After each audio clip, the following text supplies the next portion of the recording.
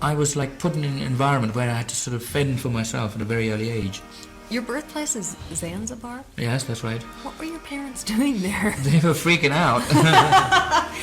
But they were working for the government at the time. My father was working for the government, and Zanzibar was part of the Commonwealth at the time. So he was a civil servant, and he worked over there, and there you are. He was born on 5th September 1946. And funny enough, it happened to be on our Parsi New Year's Day. The name we selected for him is Farouk. That was his birth name. We used to play different musics, Indian music, folk music, English and all that. And he just used to pick up one of the records and start singing about it. So he had a variety of tastes in music. We used to go to functions and parties and used to sing, obviously. Whenever somebody asked him, he used to sing. And he used to feel so proud to make everybody happy, even at that age. He was sort of interested in the Western music. You'd be playing records and look at the fashion magazines and pop magazine to try and see what the outside world is doing.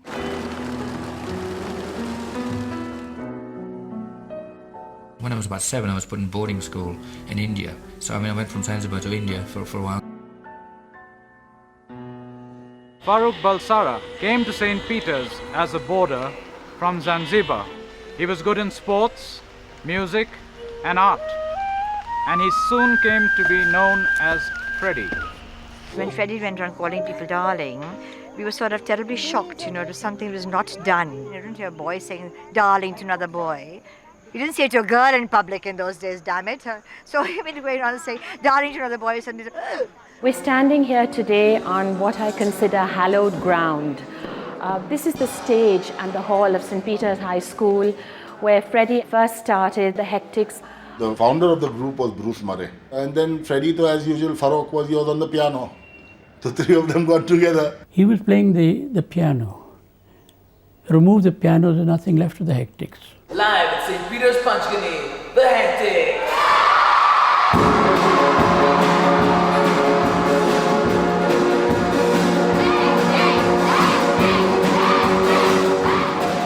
We started playing amongst in the school first. Then as Mr. Davis, he's the one who actually encouraged us. All the symptoms were there. Plenty of noise and I should say very melodious. Even people like myself enjoyed their music.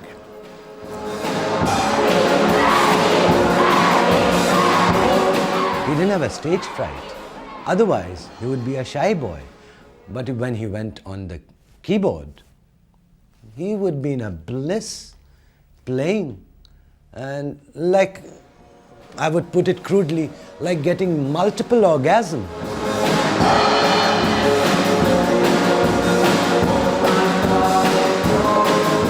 Freddie and the Hectics were, I think, more important to us than Elvis Presley or whoever else, and we were very proud of them. The whole environment, Panchgani, the atmosphere, the climate, the upbringing, it was so peaceful. It gave you a lot of time to cultivate your dream. His dream was to become a musician, which he achieved. And I think that was a very, very nice place to give birth to a star like Freddie, and a nice starting point, I would say. I was in India for a while and then came back to Zanzibar. A very upheaval of an upbringing. This is Zanzibar. In the People's Palace, the Council of the Revolution now rules where Sultan Jamshid and his ancestors used to reign. Above the Battle El Jai, now as before the seat of executive government, flies the revolutionary emblem with the white vertical stripe for harmony of the People's Republic of Zanzibar. It was very frightening, and everybody was rushing around and didn't know what to do exactly, And because we had young children, we had to decide to leave the country.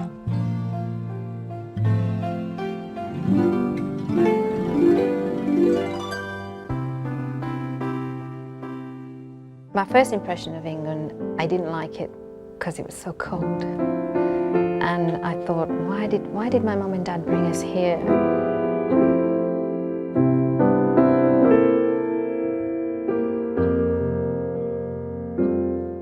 We had few known things what to do in England, because first of all, we wouldn't have any servants. We had to do things ourselves, and eventually we'll have to go out to work to earn a living or something. So we knew a little bit of background, what we were going to expect.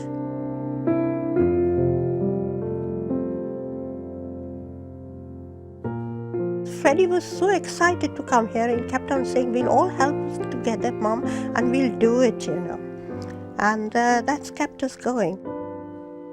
He always kept on telling us that we will do something in this place, because he always loved to come to England. I went through art college, and I was going to be a graphics illustrator. I was just, obviously, I can paint and do that.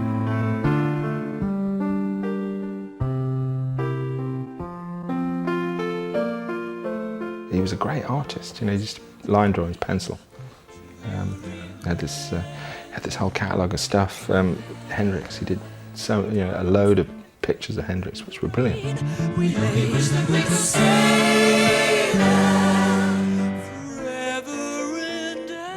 Ealing School of Art at that time, of course, it produced Pete Townsend, Ronnie Wood. It had a tradition of producing, good musicians. He used to talk about that so many people from art college have done music, pop music, and I didn't take much notice of that time, thinking it's one of those things, let us see. The moment I finished that and I finished college, my interests were in music. All I wanted to do was music, so I set upon the fact that, no, I'm going to try and make it as a singer. I can remember you telling me that your mom and dad, when you first started out, were not too happy about your choice of career. That in itself instilled me into thinking that it should be right. Most of the best key figures or whatever always had a rebellious upbringing or whatever. You got to rebel somewhere. I just rebel all the time. That's why it's made me into such a fiend.